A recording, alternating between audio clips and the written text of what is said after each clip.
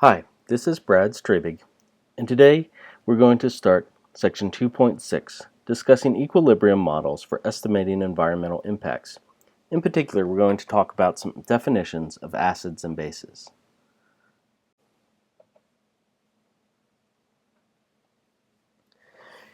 If we look at a general acid and base, some chemical equations for dissociation of any chemical equation process can be described by the equilibrium equation. So we have a very generic chemical equation. A plus B is going to produce C plus D. We can describe an equilibrium constant, or the ratio of the products formed to the amount of reactants that we started with, after essentially an infinite amount of time, or the reaction comes to completion and there's no further net exchange of A, B, and C, D. At that point, the concentrations of A, B, C, and D have stabilized, so there'll be some set proportion or ratio of the products, C times D, the activities of C multiplied by the activity of D, divided by the reactants, the activity of A divided by the activity of B. In ideal solutions, which are most freshwater solutions, this would be equivalent to the concentration of C times the concentration of D divided by the concentration of A multiplied by the concentration of B. In this section, we're going to focus mostly on the pH of waters. Here we see a variety of natural waters measured globally through the Global Environmental Monitoring System developed by the United Nations Environmental Program. The pH have a mean standard deviation of plus or minus 1. We can see pH systems measured all over the world, and natural waters tend to be in a pH that's slightly greater than 7 on average. So if we notice the wide band of pH, there are a couple places that are relatively low, like Titicaca has a wide variety of pH ranges depending on where we are. But in general, the pH range of natural waters, pure natural waters, is going to be about 6.5 to a little bit over 8. There are some areas of the world where man-made emissions, particularly sulfur oxides and other nitrogen gases from burning coal-fired fuels, have significantly reduced the natural pH of our natural water systems. Zooming in on the area of the map here, we can say that across the Northeast, where a lot of coal-fired power plants are located, we have a reduced acidity level, which is lower than the naturally occurring acidity should be. We're going to describe this in much more detail as we proceed through this section of the chapter. So in order to do that, we first need to define what an acid and base are. For our purposes, we're going to define an acid as anything that creates a proton, or an H+, plus its conjugate base. So for a generic acid, HA, will produce some H+, and the conjugate base is the negative ion, or the A- ion that's associated with the acid. For our purposes, a basic reaction, notice that we call this the conjugate base, so anything that consumes a hydrogen and H+ in solution, such as HA-, can be called a base. In this case, we have A- plus H+ forming HA. If we substitute a traditional base OH, which you may have learned about in previous chemistry classes as being particularly basic, the compound OH-, the OH- ion plus an H+ ion form what? Well, if you answer water, you're correct.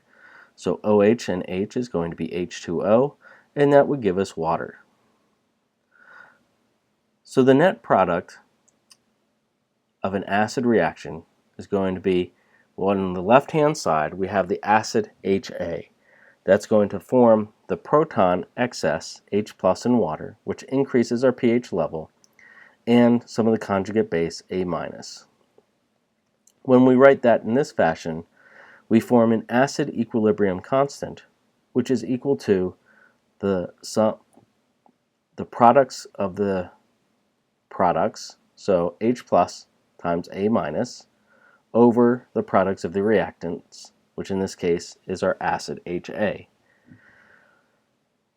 To find the activity and relate that to concentration, we would put in the activity coefficient, gamma for H+, multiplied by the concentration of H+, times gamma for A-, times the concentration of A-, divided by the product of the activity coefficient for the acid, HA, times the concentration of the acid.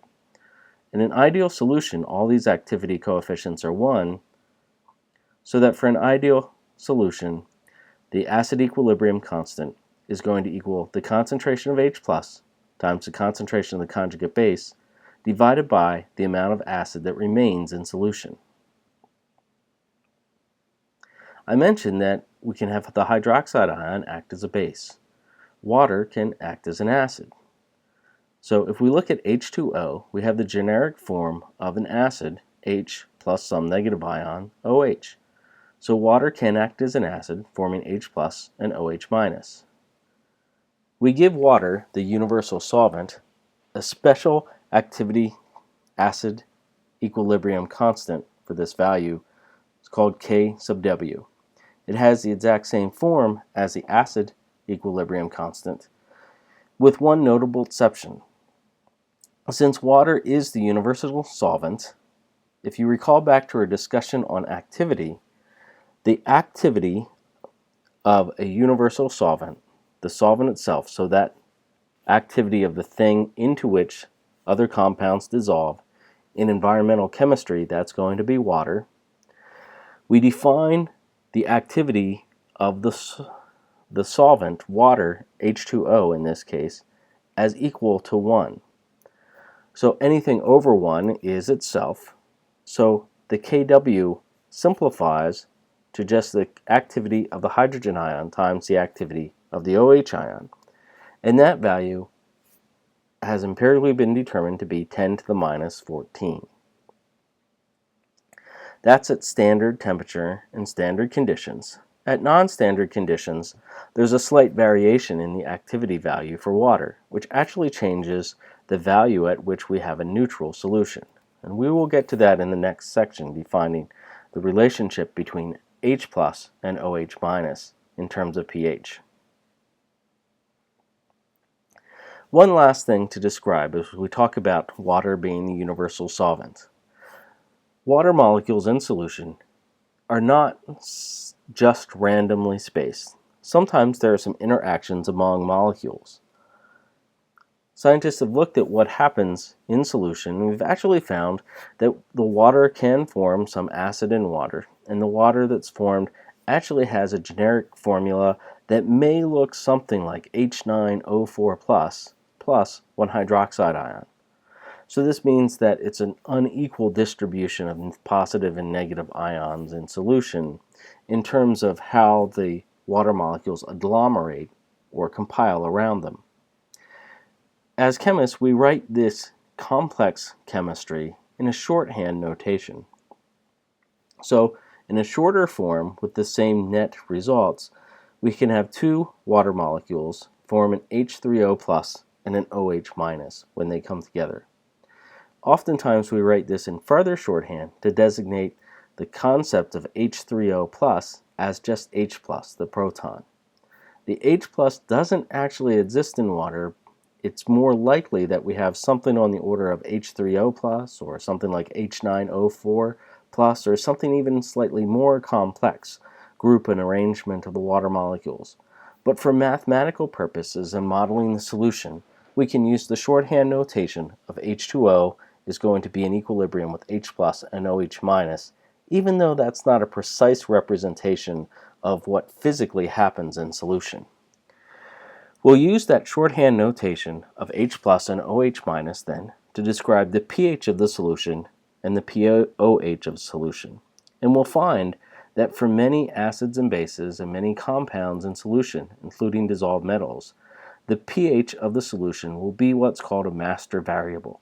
It will determine much of how other chemicals react when they are in solution based upon the amount of H+, or H3O+, that's found in solution, and we call this value the pH. We'll discuss that more in the next section.